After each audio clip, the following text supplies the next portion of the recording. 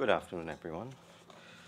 The purpose of my attendance at this press conference is to give some clarity to the issues surrounding the bailout of Colonial Life and CL Financial.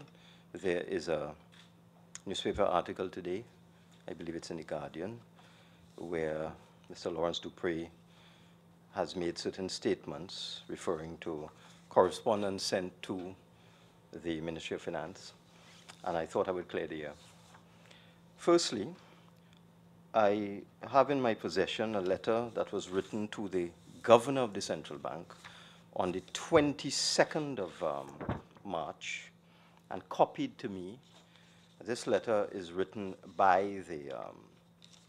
Mr. Duprey, Mr. Lawrence Duprey, and in this letter that Mr. Duprey wrote to the governor of the central bank, Mr. Duprey had asked for consideration to be given to a plan that would essentially allow him to retain or recover control and management of the company, or to have a role in the divestment of the CLICO assets. My understanding is that the central bank replied to Mr. Duprey and told him that because Colonial Life had been taken over by the central bank under Part 6 of the Central Bank Act, using the emergency powers of the central bank, that they were unable to treat with him. That is the response that came from the central bank. There's also reference a letter dated the following day addressed to me, where certain proposals were made with respect to the way forward for CL Financial. And that matter is engaging the attention of the technocrats and advisors in the Ministry of Finance, and we will arrive at an appropriate response to that letter in due course. However, in looking into this matter, a lot of the details with respect to Colonial Life, the takeover of Colonial Life, and the agreement between CL Financial and the government, a lot of these things have been virtually shrouded in secrecy over the last 5 years or so. And there have been a number of variations to the original agreement and extensions to the shareholder agreement. In fact, I'm told there have been 16 extensions to the shareholders agreement between CL Financial and the government of Trinidad and Tobago. And in fact, I have a copy of the 16th extension agreement, which is dated September the 30th, which was addressed shortly after we came in and was merely an extension of what had occurred before. But we have found among the records something that has really not been properly publicized, was not properly disclosed by the former administration. And this is a heads of agreement that was entered into on May 24th, 2013, between the then Minister of Finance, the Honourable Larry Hawaii, and Mr. Roger Duprey, representing the United Shareholders Company Limited, with respect to an agreement with respect to the disposal of all of the assets of the companies and the way forward for the repayment of the money paid by taxpayers. And what is interesting with respect to this heads of agreement, which as I said, has been kept secret since 2013, is that it states, Mr. Hawaii has signed this document, May 24th, 2013, and in that document it states that the government has advanced by way of financial support to the affected subsidiaries approximately $19.6 billion. Now, it's important that you understand what this means, because it has come to my attention over the last couple of weeks that there is disagreement, or there was disagreement, between the persons representing CL Financial, which is the United Shareholders Company Limited, and the government with respect to the amount of money the government had put into the bailout and how much was owed.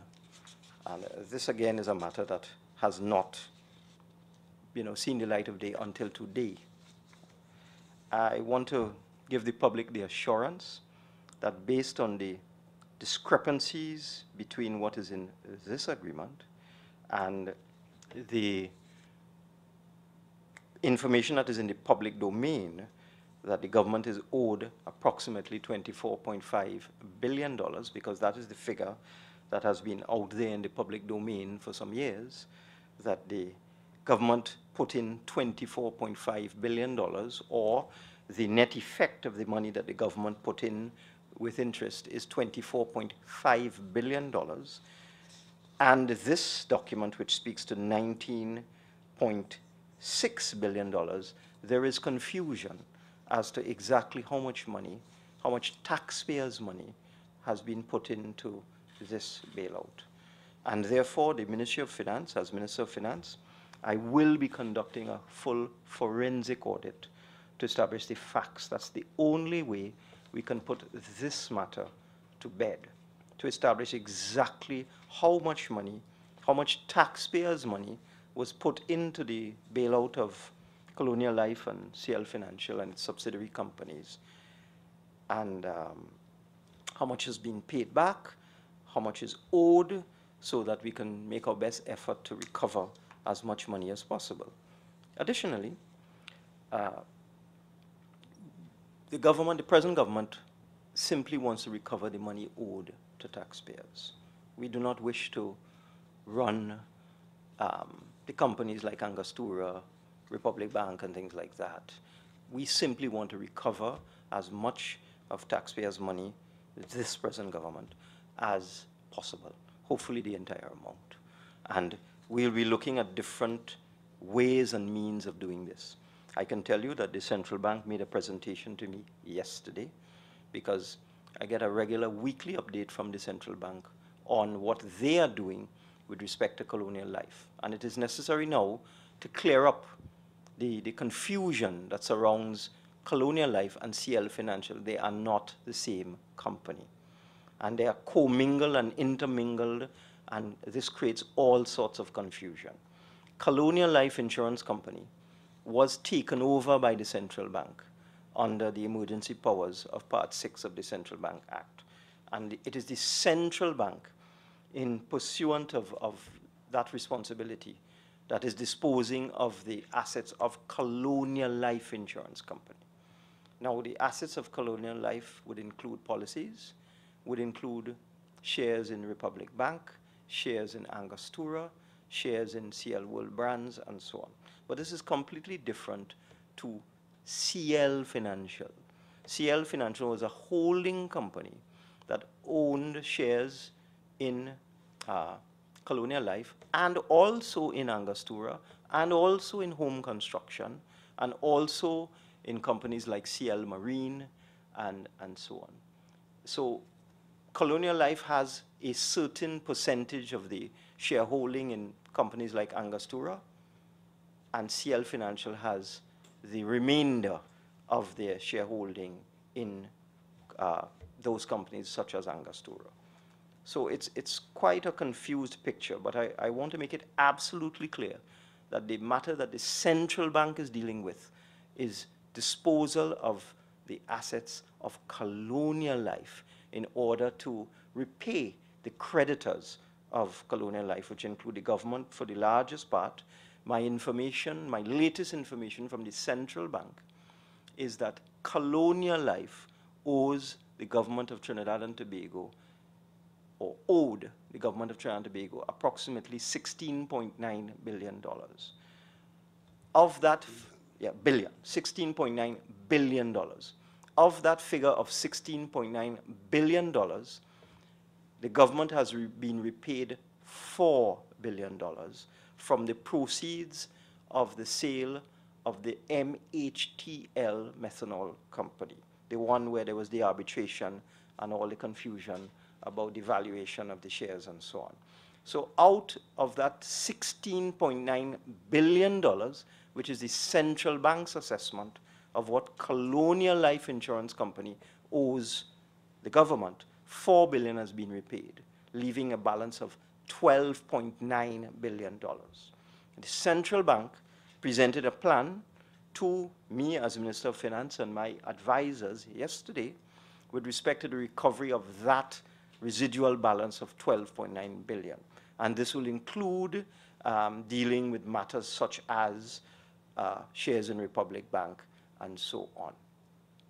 That is going to form the basis of a note for Cabinet, which I will submit to the Cabinet within the next 2 to 3 weeks.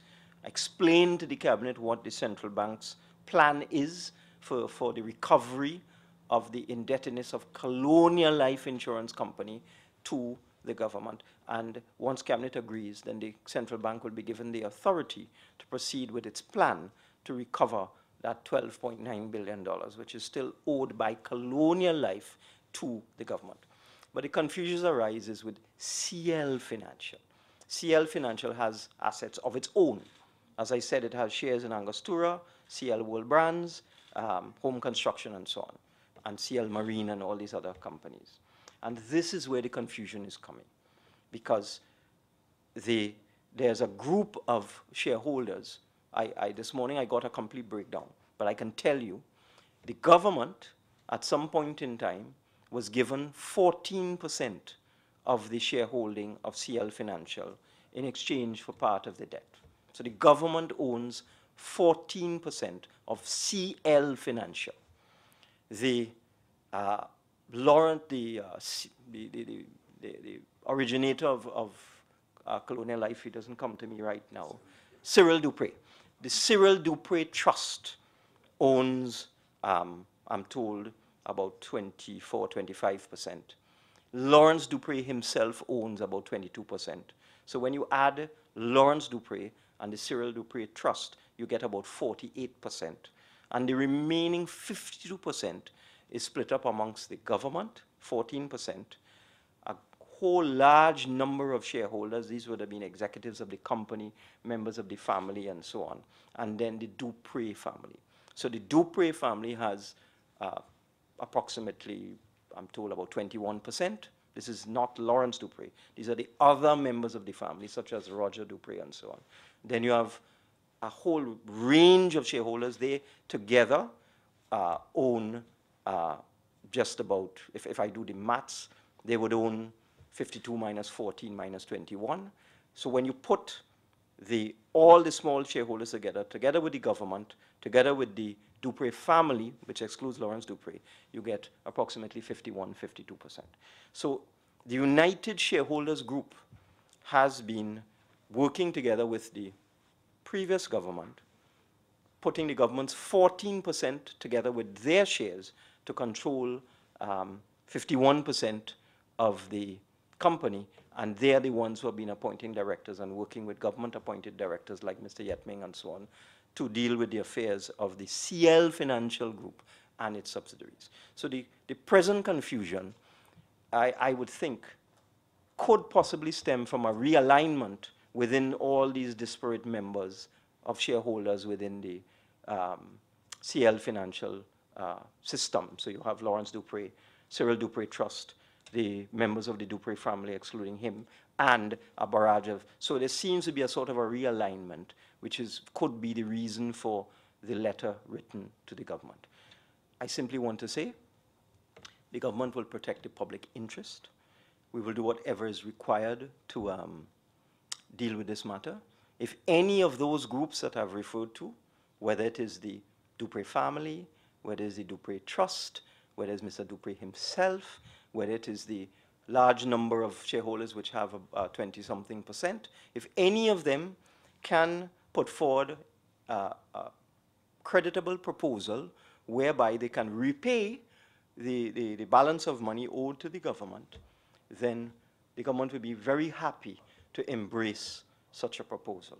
But at this point in time, we are not certain exactly who is comprised in this shareholder group. We are not certain who is aligning with who, and who represents the majority of the other shareholders of CL Financial. But we're going to treat with them honestly, fairly, transparently, above board. I can tell you I've been meeting with the United Shareholders Company Limited over the last several weeks trying to resolve these issues. And it is during those meetings when I learned for the first time, and I'm now telling the country for the first time, that there's a dispute between the shareholders of CL Financial and the former government with respect to the amount of money, taxpayers' money, that was put into this matter. But we are not going to get ourselves embroiled in that dispute. I will get professionals to do an audit and tell the government what it is.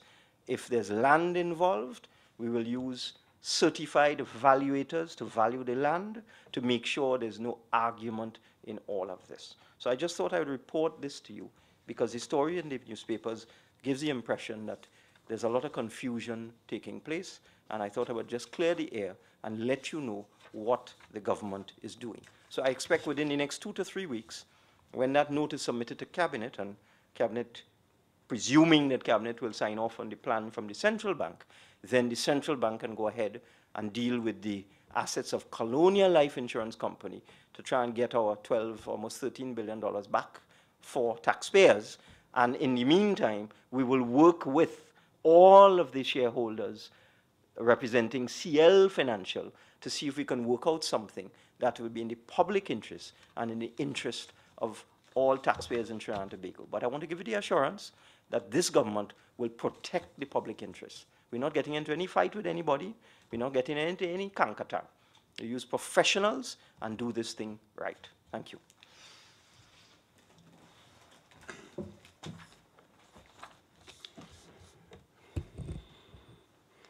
Thank you very much, members of the media. Good afternoon. I just want to address a matter of some serious concern to me, and I dare say should be of serious concern to the national population. Last Sunday, the population was advised by way of a well-researched article published in the Express. I think it was done by Asha Javid. And it made some very astounding revelations and or allegations against certain current members of parliament, former public office holders in Trinidad and Tobago.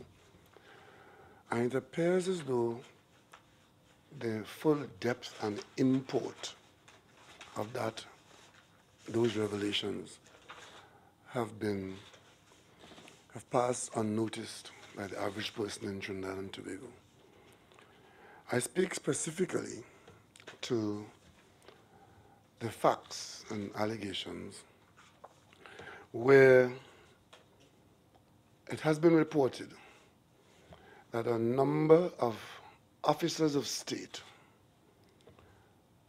were under investigations of one kind or another, whether it was the Prime Minister, the Attorney General, member of the Cabinet, and others, and that other officers of state of the police service who were required to investigate these matters involving these public officials' conduct have received a series of personal benefits.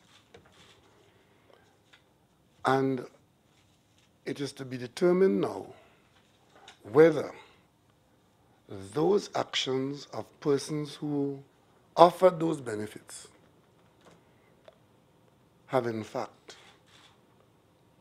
resulted in the commission of serious crimes.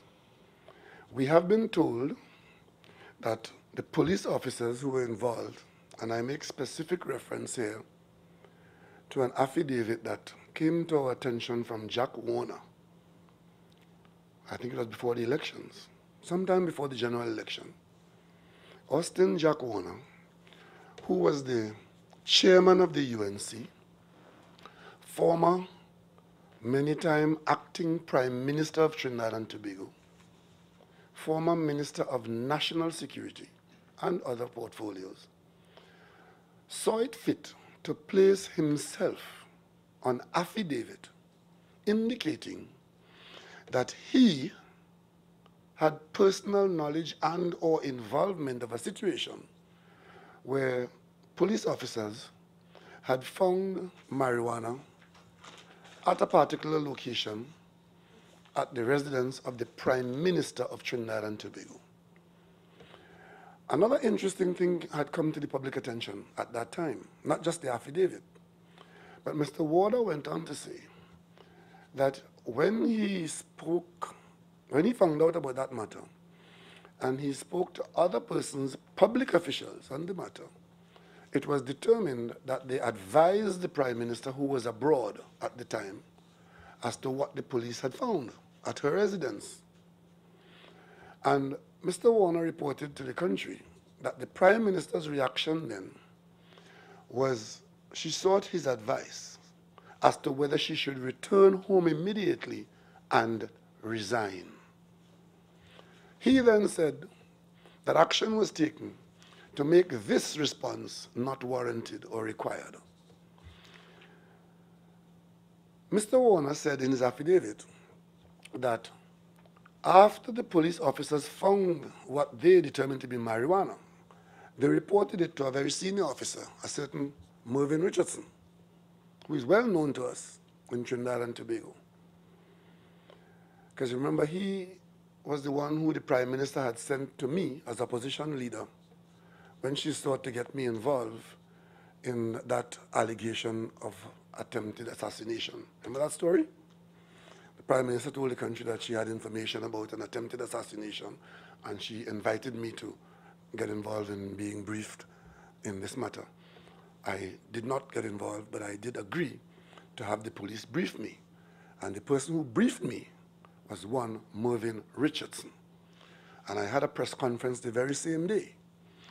And I said that based on what Mr. Richardson told me, there was mischief afoot, and that this whole thing was a hoax. And then I produced some documents later on which showed that at the time that the public was being told that there was this allegation of, or this issue of attempted assassination of the Prime Minister, or intention or so to do, that the police had known and had come to a conclusion that the whole thing was not on all fours. However, a number of persons were arrested and later on were released for lack of evidence, but they were jailed on this matter. I tell that as an aside. However, Mr. Warden's affidavit told the country that Mr. Richardson, having received the information which the police officers on patrol or on site had, Mr. Richardson came to the Parliament to report to him in his political capacity that this development had taken place, and sought from him advice or involvement as to how the matter should be treated with. And Mr. Waller said in his affidavit that he and others at that time took action to ensure that the police did not do its normal protocols, including recording this matter. And of course, if prosecution was to follow, the action of the police was stymied by intervention of the political directorate in no less a place than the Parliament of Trinidad and Tobago. When this became public, there was an officer, Gould, who told the public that he knew nothing of this. Then, later on, Commissioner Williams, hearing about this, apparently for the first time we are told, demanded of Officer Gould a report on these allegations in the Warner affidavit. Officer Gould wrote a report admitting that these developments had taken place, that something was found, and that's when we first heard about the famous or infamous plant-like substances. Officer Gould's report was that it did happen. This matter has been the subject of some serious investigation, and we are told that some officers are now facing the jeopardy of some kind of prosecution for the way they conducted their business. But my presence here today is to raise the specter of what exactly happened here in Trinidad and Tobago and who is being or is to be held accountable. Because here we have a situation where the Prime Minister, the Attorney General, other members of the Cabinet are alleged to have taken action to prevent certain things from happening. And then we discover, we're being told by the article on Sunday by Asha Javid, that these officers were the beneficiaries of state assets, houses, got their leave bought out, and I presume I was told they got bus route passes. How it meant that if what is written in the Sunday Express is to be believed, and if those facts exist, it meant that the political operatives who were in jeopardy would have taken action to entice and induce a certain kind of conduct and behavior from the investigating officers who were supposed to be investigating criminal conduct. Interestingly enough, Mr. Richardson was the one who was investigating the emails. An investigation was called for in the Parliament of what appeared to be emails, and Mr. Richardson was the investigator there.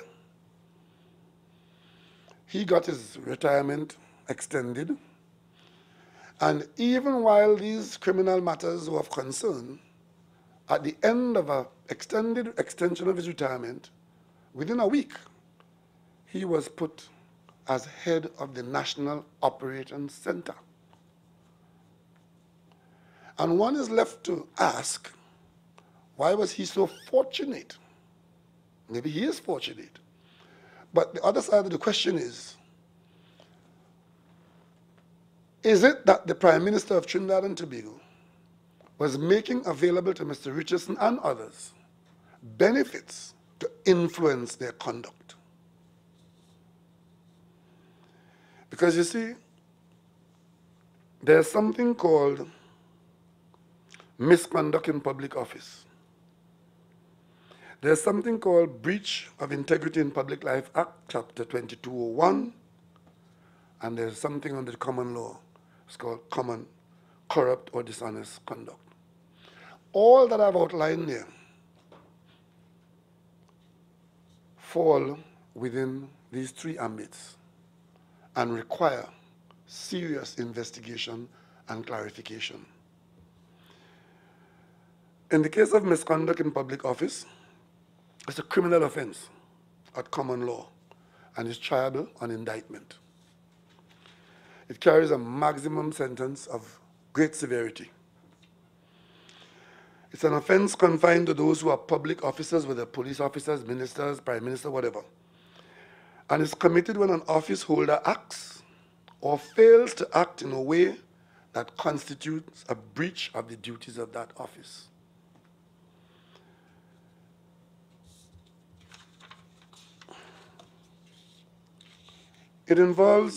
This offense involves a public officer who willfully neglects to perform his or her duty and or willfully misconducts him or herself to such a degree as to amount to an abuse of the public trust in the office holder without reasonable excuse or justification.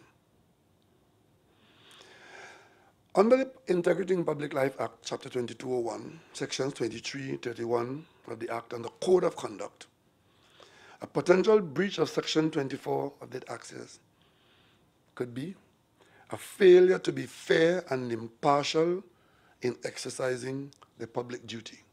Question is, was the Prime Minister and her ministers fair and impartial in allocating HDC houses when they allocated such, if they did, to police officers who were investigating them? Affording undue preferential treatment. Can it be deemed preferential treatment that some officers of the police service may have wanted their leave to be bought out, they didn't have their leave bought out, and that others had their leave bought out? And of course, if members of the government felt threatened by any investigation, could the use of their office and offering blandishments to investigating officers a case of use of their office for improper advancement.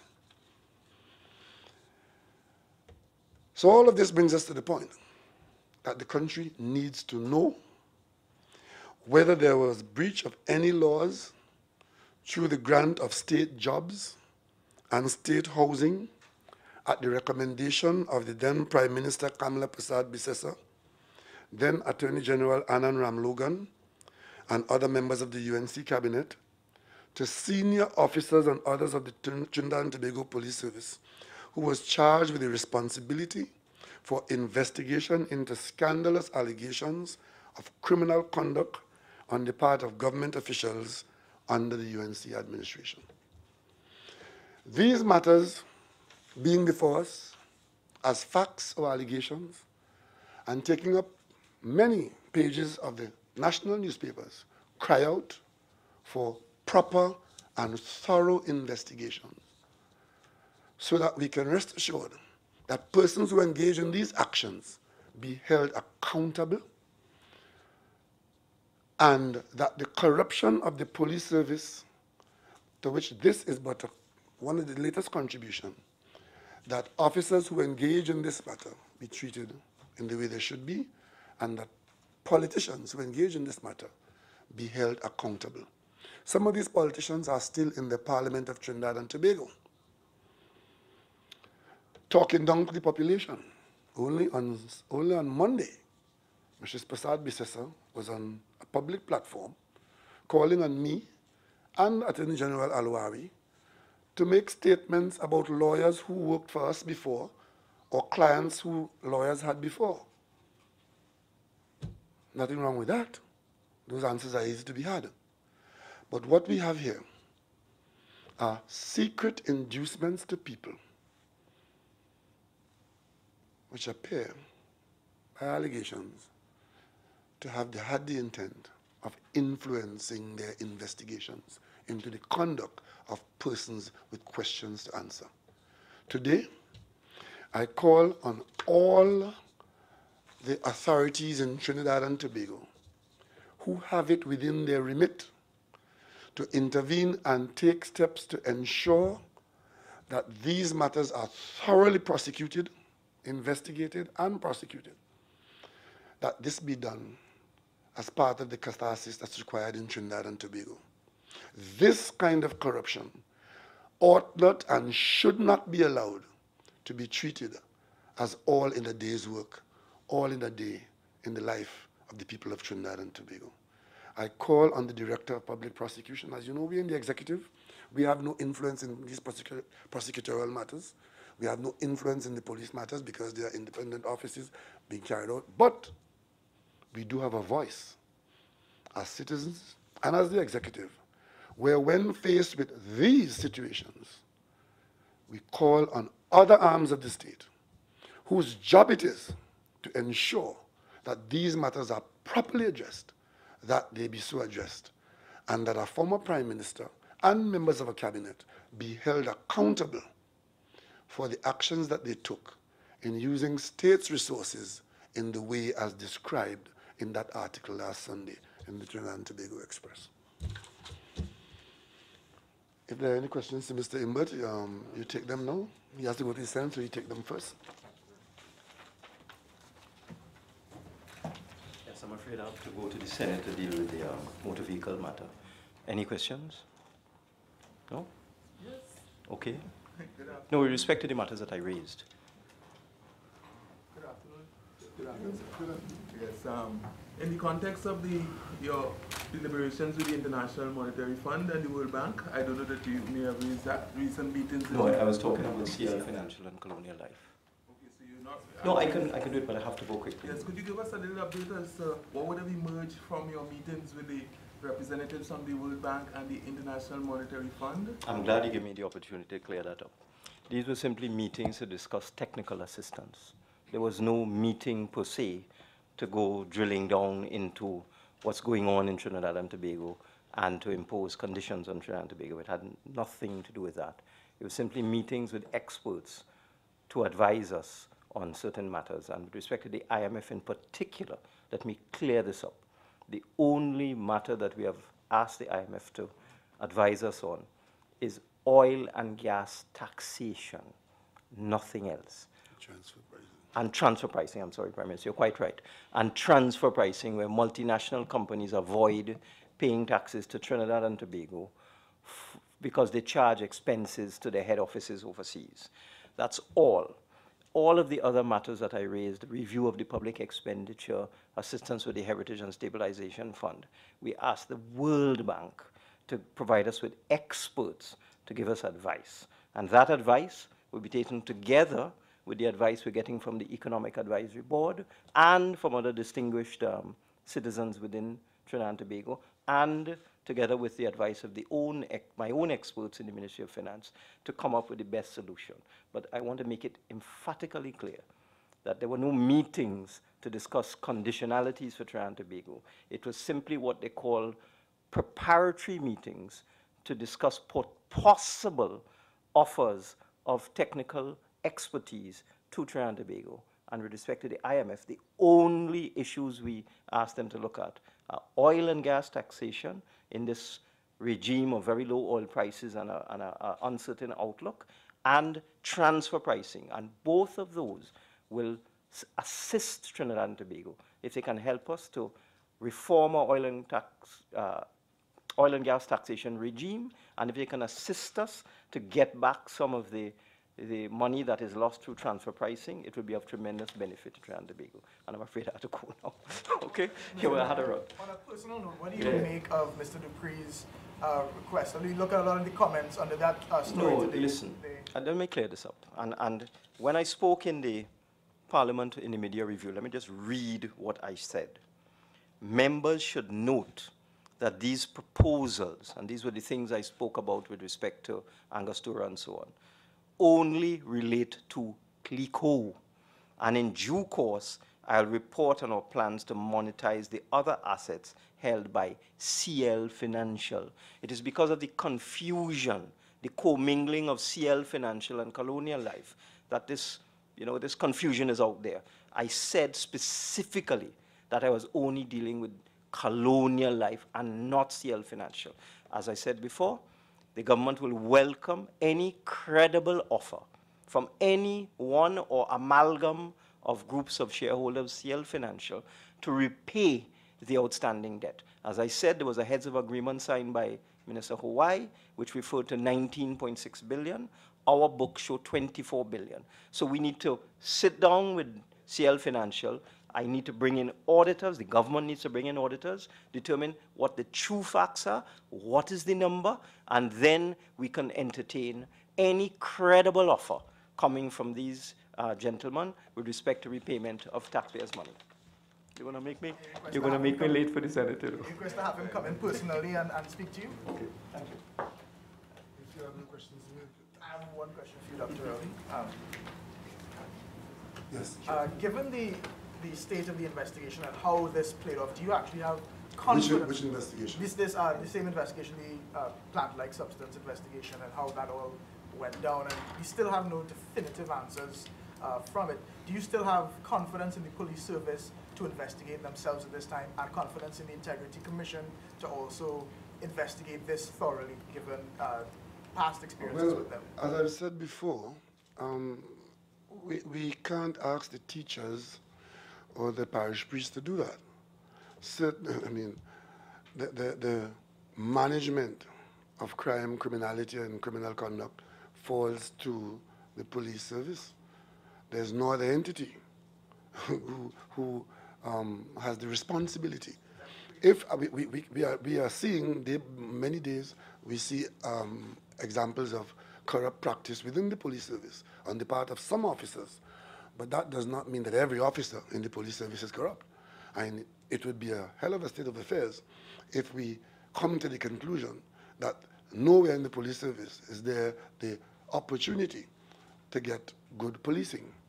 So in answer to your question is that I have to maintain confidence in the systems, even though we have questions as to their effectiveness from time to time. Do you think it's time to create that entity, this separate entity that can, that's separate and apart and can investigate, sort of like the FBI would be separate from the CIA in the US, and to give that sort Well, of comfort? we do have some separateness, you know, I mean, but it's just that at the end of the day, it boils down to individuals and accountability. I mean, I just mentioned to you Mr. Richardson. He was a deputy commissioner of police. But look at how many things his name has called in. And there are so many questions around it. And we are now seeing that there was method in the madness. So we just have to, we have agencies. For example, I mentioned the Integrity in Public Life Act.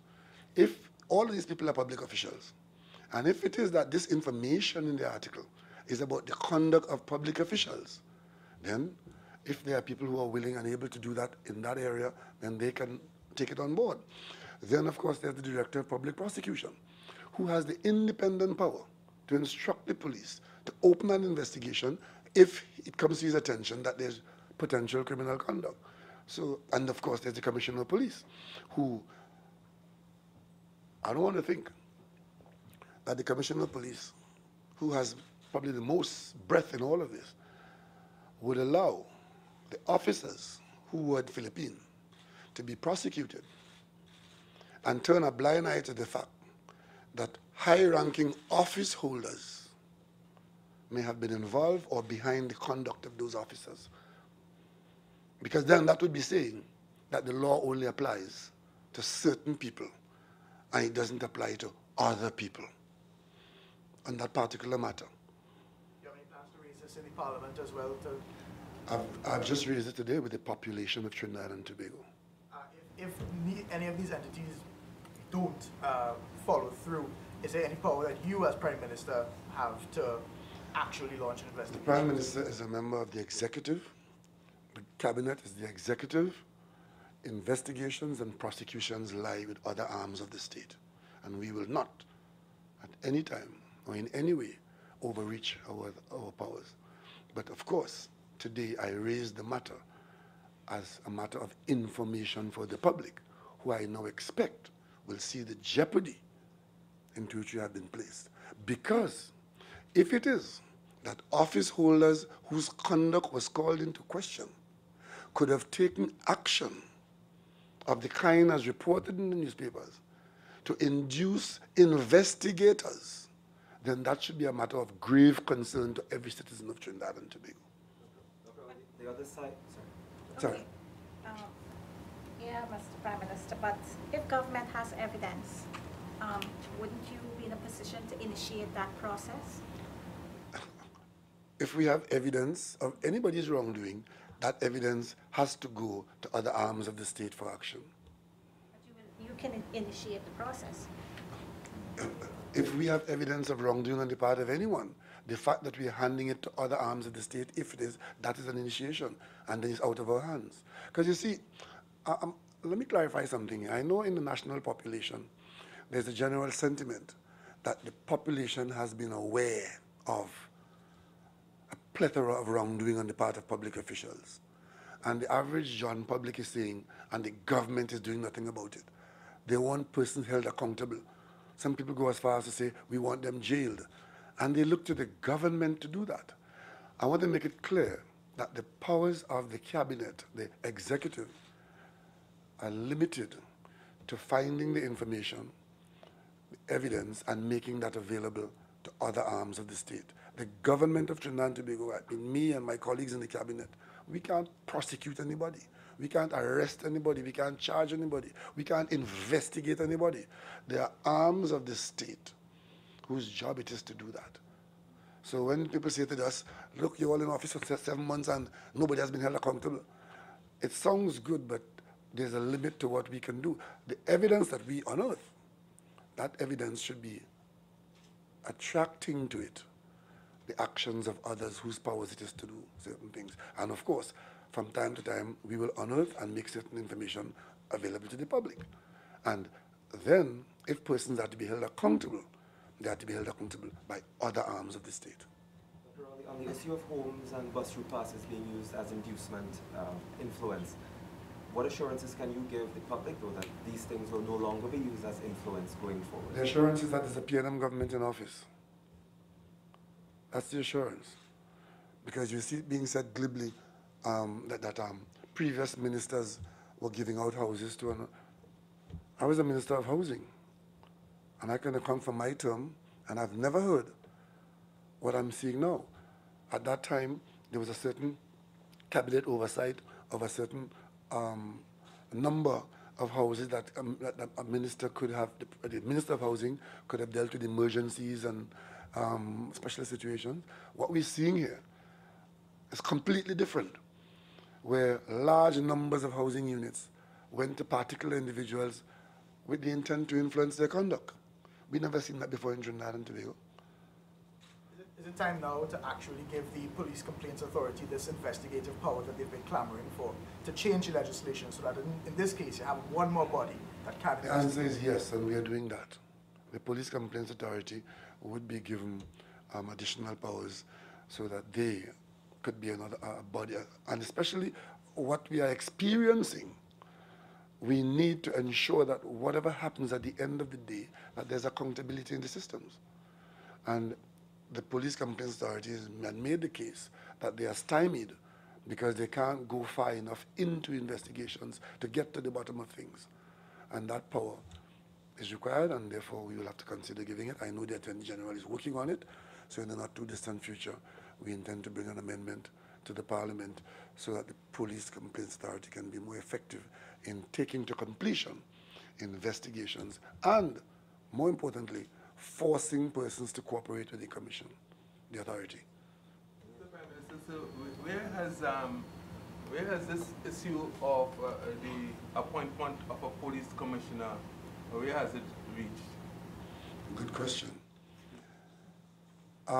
My latest information is that it is still with the Police Service Commission, who I understand is working with the DPA to select. The next step in the process is that some firm, some appropriate firm, is selected to carry out the invitations to persons for the job and to evaluate them. I think it is still at the stage where the Commission is to make that selection of who is going to do that. On the election campaign, pre-election campaign platform, there was bandied about the matter of sort of decentralizing the operations of policing to the local bodies, constituencies, communities, so to speak. Have you seen any move, or is there any move towards that end? Well, we don't want to confuse what is being said and what is expected to be done. There are two things that we've been saying. One is that we would establish local constabularies in the corporations. That is forming part of the consultation that's going on now. As a matter of fact, tomorrow is the last consultation. It's taking place in Diego Martin, where we conclude this period of consultation on the whole question of local government reform, where local policing is but one facet. The other statements that were made, and they were made by me, had to do with the whole question of accountability and reporting at the divisional level of the police service.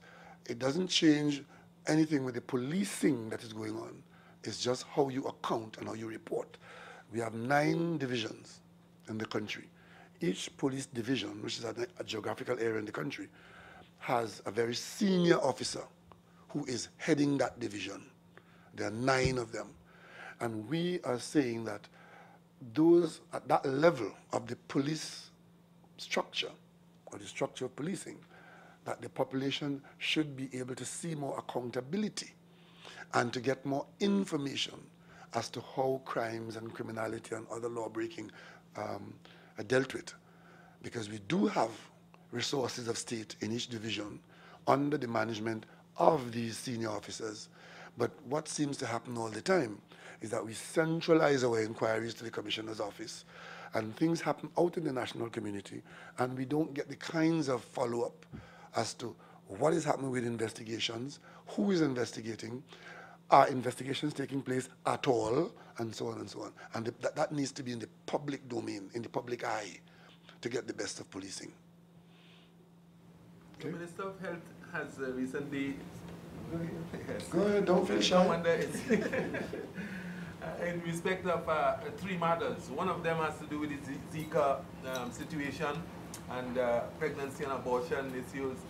The other, of course, would have had to do with the ambulance response time, and lately the absence of antidotes in our hospital or health service for scorpion stings and the like. So what is the latest position with respect to fast forwarding or getting a corrective situation to be? Well, to deal with the last one first, I mean, antidotes for scorpion stings and snake bites, and so I think this has to do with inventories. And inventories are managed by managers at the probably local level, and there's some centralization. So clearly, if there's none available, then there would have been a breakdown in inventory and supply, and I'm sure that that can be rectified very quickly. It's now known to us, and therefore inventories are not to be running down to 0. So that's something that has to be and can be, I'm sure, addressed to ensure that we do have supplies when incidents take place. The second one was it talk about, okay, well, I'm pleased to see that after some review and consultation and other structural responses, that the ambulances would be coming faster than they had been coming. Somebody put a number to it, 25%, means that if it is taking 100 minutes to get to you, it will now take 75 minutes. And whether that is acceptable, I don't know. But the bottom line is that they are improving the speed at which ambulances can respond, and that's a good thing. And the other one is, you said what? Zika and... let me just say one thing on that. Just add this to the discussion. It is not surprising that there's a discussion on abortion spurred on by the coming of Zika and microcephaly. But the law of the land is that abortion is illegal. Right? That is the law. And we are all law-abiding citizens. Okay? However, there are discussions which were taking place and which will continue to take place as to what happens with a woman's body. And also what is to happen with what we know is happening, which is backyard abortioning. Let us not bury our heads in the sand and pretend that in this country there are not thousands of women who take part in abortion, and sometimes at the risk of their own lives. And of course, there's a religious persuasion. So there's a long conversation still to take place, and it's taking place in Trinidad and Tobago, as to whether the legalization of abortion is something that our society needs to treat with, and if so, how. That conversation is still going on. The health minister seemed to end that conversation in his press conference last week. He says he's not discussing it anymore. So do you take that firm stance that there is no more conversation? He's not discussing it. He's not the government. He's not the country. He might have been going to an early lunch. I don't know. But that does not mean that the fact that he says he's ending the conversation, I hope it doesn't mean that we can't talk about it. That's a conversation that is still alive and well in Trinidad and Tobago. And it's one that's very emotive, in fact, in the United States, it's a major political wedge point because there are so many sides to it. So we can't, something as sensitive as that. The minister has a position which I guess is wedged in the law, because he took an oath, like me, to uphold the Constitution and the law. But somebody did, I think it was Merlage or somebody, raised a point that if we had observed the law on slavery, we would still be slaves. Sometimes you have to challenge the law so that the law could be brought more meaningfully into solving the problem that it was meant to solve. Do you think we can see a fast track on these conversations now? Now that it's in the air, people are asking for it. How are you going to see this conversation happening now? Well, the conversation is happening. In the media in particular, and the media is Trinidad and Tobago has a very strong media. People have strong views on all sides. The question is whether it will crystallize to a position, which if it does, there will be those who would agree and those who wouldn't agree. This is an issue where you'll never get consensus on, because the views are so strong and polarized. Dr. Rowley, Prime Minister, you are to embark on a tour or overseas, I call it tour, working. Tour? Working. Pardon my use of that particular word. On a working assignment, on behalf of Trinidad and Tobago, visiting certain countries. What's your focus? Could you give us a little insight? I'm going to do a number of things in a number of days. What I did, and I'm not sure it was, we'll find out if it's the best thing. I have compressed a number of assignments into one. I start in, I leave on Monday, and I start in Washington as part of the CARICOM initiative with the United States Vice President. This is an ongoing thing, and CARICOM is invited to Washington to meet and treat on matters of energy and security with Vice President Joe Biden and the U.S. authorities. That takes place on the 3rd and the 4th. And then on the 5th, I had, prior to that, been invited and accepted the invitation to be the feature speaker at the inaugural convocation of Medgar Evers University in New York. So I traveled from Washington, where I meet with some business interests who we're trying to attract to Trinidad and Tobago. So I'm going to rush from a business lunch in Washington, grab the shuttle and turn up in New York in time to get to Medgar Evers at 5, 6 o'clock or thereabouts. And I do this speech at the inauguration there. And Medgar Evers, because it's one of the popular universities for Trinidad and Tobago nationals in New York. I'm told that 25% of the population are Trinidad and Tobago nationals. So I'm expecting to be speaking to people of the diaspora on the 5th. Then I leave on the 6th for London, where I meet with BP and others on Saturday the 7th. And then on Sunday the 8th, I leave for Ghana, where I've accepted an invitation to visit with the President Mahama of Ghana. I arrived there on Sunday night. I spend Monday in some meetings with the President and his officials. And Tuesday I do some other things and get back on Wednesday. I leave on Wednesday to get back to London. I leave on Wednesday night, the 11th. I arrive in London on the morning of the 12th. And I go straight into an anti-corruption conference which the British Prime Minister is hosting, and to which he had invited me when we were together in Malta. And we had taken part in the prep meeting for that. Minister Stuart Young had been to London to take part in the preparations which will result in this meeting on the 12th. And then I have some other meetings on the 13th, and I return on the 14th. Wish me luck. Thank you.